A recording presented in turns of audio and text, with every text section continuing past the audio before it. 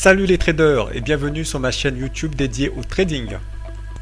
Si vous êtes passionné par le monde de la finance et que vous cherchez à approfondir vos connaissances en matière de trading, vous êtes au bon endroit. Je suis Kevin, trader depuis plusieurs années et je partage sur cette chaîne mes connaissances, astuces et mes conseils pour vous aider à devenir un trader efficace et rentable. Que vous soyez débutant ou expérimenté, vous trouverez ici des contenus pertinents et de qualité pour vous accompagner dans votre parcours de trading. Allez, c'est parti!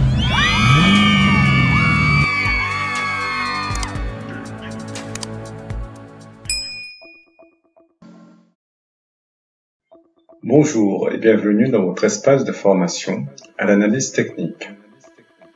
La leçon numéro 18 aborde le principe de retracement de Fibonacci et de Gann.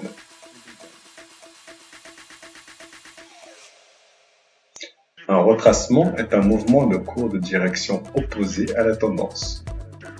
Il prend la forme d'une correction technique lors d'une tendance haussière et de rebond lors d'une tendance baissière.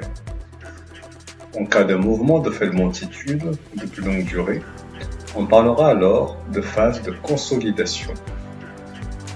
Les ratios de Gann et les suites de Fibonacci permettent de déterminer les objectifs de cours au sein de ces phases de consolidation. Ils permettent de prévoir l'amplitude des cours, des corrections, des rebonds, afin de se positionner au mieux au sein d'une tendance. Cette méthode est en complément de l'approche graphique.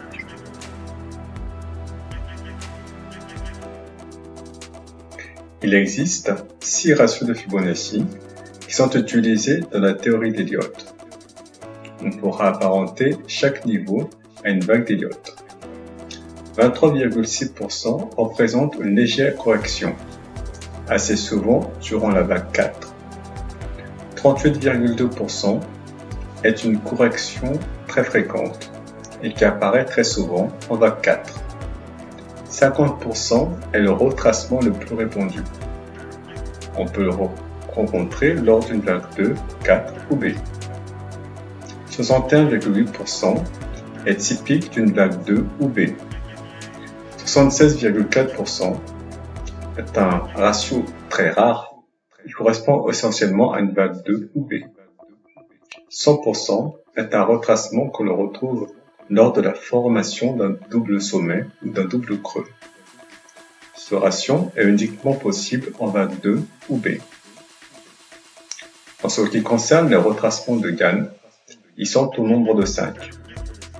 25% est atteint généralement lors d'un mouvement puissant et correspond à une consolidation.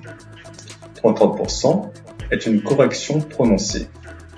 50% est une réaction standard de marché, avec une forte occurrence.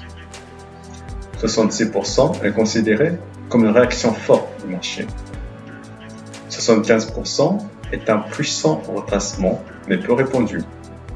Il est rencontré en début de mouvement ou lors d'une figure complexe. Le schéma suivant représente les 5 vagues de tendance de la théorie d'Elliott. Il permet d'illustrer un retracement de 50% en vague 4 lors d'une phase d'impulsion. Afin de bien comprendre le retracement, il faut considérer que la vague 3 correspond à 100%. On pourra alors comprendre que la vague 4 a effectué en sens inverse 50% du chemin parcouru précédemment par la vague 3.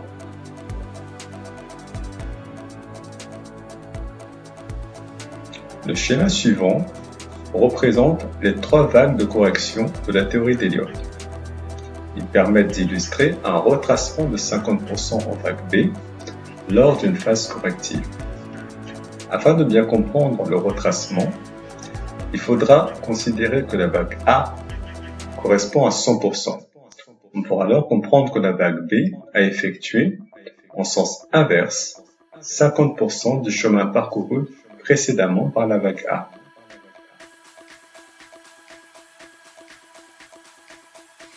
Un système de projection a également été élaboré en se basant sur la théorie d'Elliott et les ratios de Fibonacci. Celui-ci permet de calculer la longueur du mouvement à venir. Une projection atteint le plus souvent les ratios 1 et 1,618. Des valeurs plus rares peuvent être rencontrées lors de mouvements d'extension 2 et 2,618.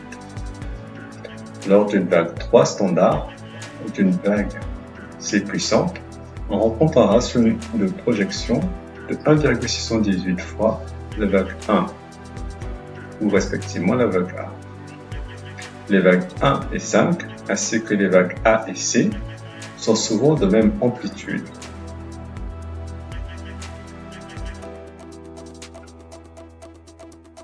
Ce graphe permet de montrer des exemples de retracement et de projection. Concernant les retracements, on peut voir un premier retracement de 50% de la vague précédente. On voit ensuite un second retracement de 50%, puis un troisième retracement également de 50% de l'impulsion précédente. Pour les projections, on pourra remarquer que la seconde vague de hausse est de 1,618 fois la première vague de hausse. La troisième vague de hausse est quant à elle caractérisée par un ratio de 2,618 fois la première vague de hausse.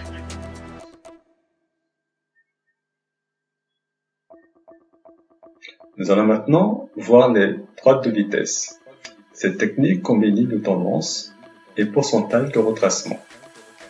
La principale différence avec le pourcentage de retracement est que les lignes de vitesse mesurent l'ascension ou la descente de la tendance. Pour construire cette ligne, il faut dessiner une ligne verticale partant du point le plus haut de la tendance en direction de son point bas. Cette ligne verticale est ensuite divisée en tiers. On tire alors deux lignes à partir du début de la tendance jusqu'aux deux points marqués sur la ligne verticale. On peut également dessiner des lignes de vitesse de Gann et de Fibonacci. On utilisera alors les ratios respectifs afin de tracer les lignes.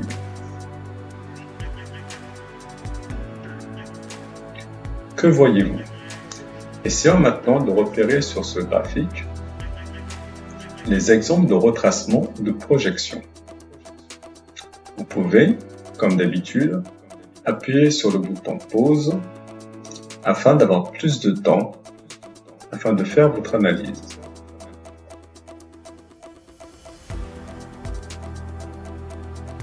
Alors, que voyez-vous?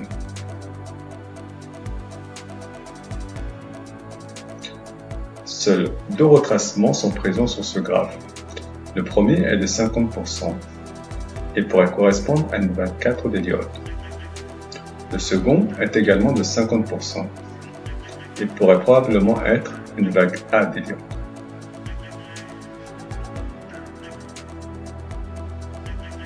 Il faudra notamment retenir que les retracements aident à déterminer les objectifs de correction ou de rebond intermédiaire.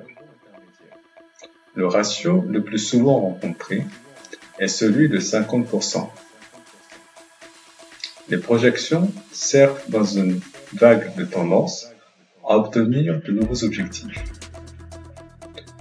On rencontrera notamment les ratios de 100% et 161,8% lors de projections.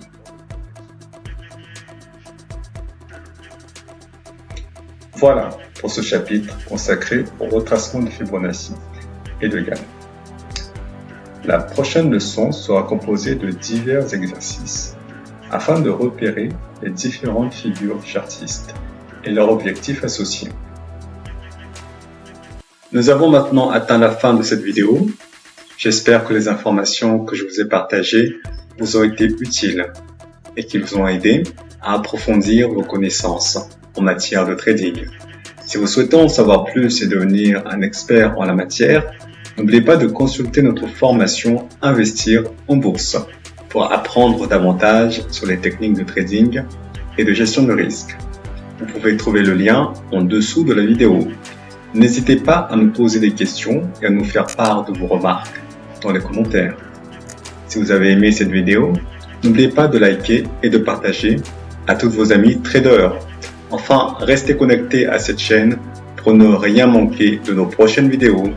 Je vous remercie. À très bientôt les traders.